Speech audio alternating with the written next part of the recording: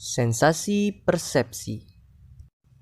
Nah, sekarang mari kita belajar mengenai bagaimana manusia mempersepsi sesuatu. Manusia berpersepsi karena adanya sensasi. Apa itu sensasi? Sensasi merupakan rangsangan yang diterima oleh panca indera kita. Kemudian, rangsangan tersebut diterjemahkan atau diinterpretasikan menjadi sebuah persepsi. Nah, bagaimana sih proses penerimaan sensasi hingga menjadi persepsi? Oke, pertama, sensasi ditangkap oleh panca indera berupa stimulus atau rangsangan menuju sistem sensori yang kemudian ditransduksi dari sinyal listrik menjadi impuls saraf yang akan diteruskan ke sistem neuron menuju otak. Dalam otak, sensasi diolah dengan mengaitkan informasi-informasi yang sudah dimiliki sehingga dapat diinterpretasikan menjadi persepsi. Nah, sekarang kita akan membahas panca indera satu persatu. Yang pertama ada mata sebagai indera penglihatan. Contohnya, mari kita lihat gambar berikut. A melihat berseberangan dengan B.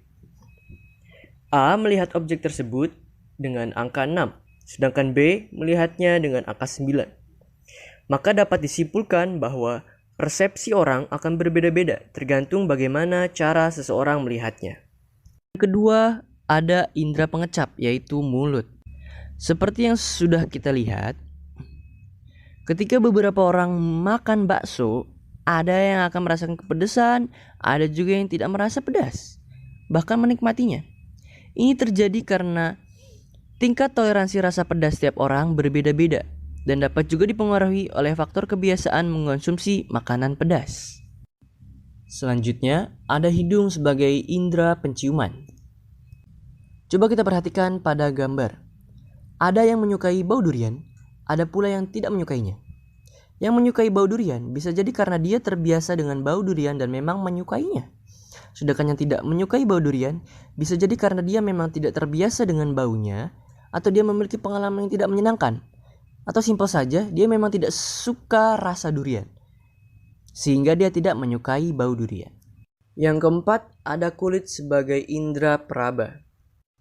Contohnya suhu pegunungan. Ada yang merasa suhu pegunungan itu sangat dingin. Ada juga yang biasa-biasa saja. Ada juga yang merasa suhu pegunungan itu sangat mencekam. Bagi yang merasa suhu pegunungan sangat dingin, berarti kulit mereka tidak terbiasa dengan suhu di pegunungan. Bagi yang biasa-biasa saja, berarti kulit mereka sudah beradaptasi dengan suhu pegunungan atau biasa disebut adaptif sensorik. Kemudian yang merasa suhu pegunungan itu mencekam, itu berarti ia mempersepsikan suhu pegunungan sebagai sesuatu yang menakutkan. Yang terakhir, kelima, ada telinga sebagai indera pendengaran. Mari kita dengarkan sejenak suara berikut.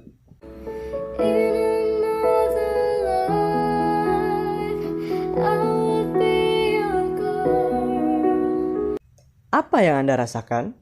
Apakah Anda menyukainya, menikmatinya, atau sebaliknya?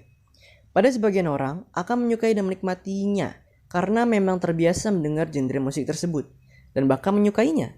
Namun, ada pula orang yang merasa tidak senang, tidak menikmati, dan tidak suka mendengar musik tersebut karena memang tidak terbiasa mendengar genre musik tersebut. Nah, kita sudah belajar mengapa persepsi setiap orang berbeda-beda.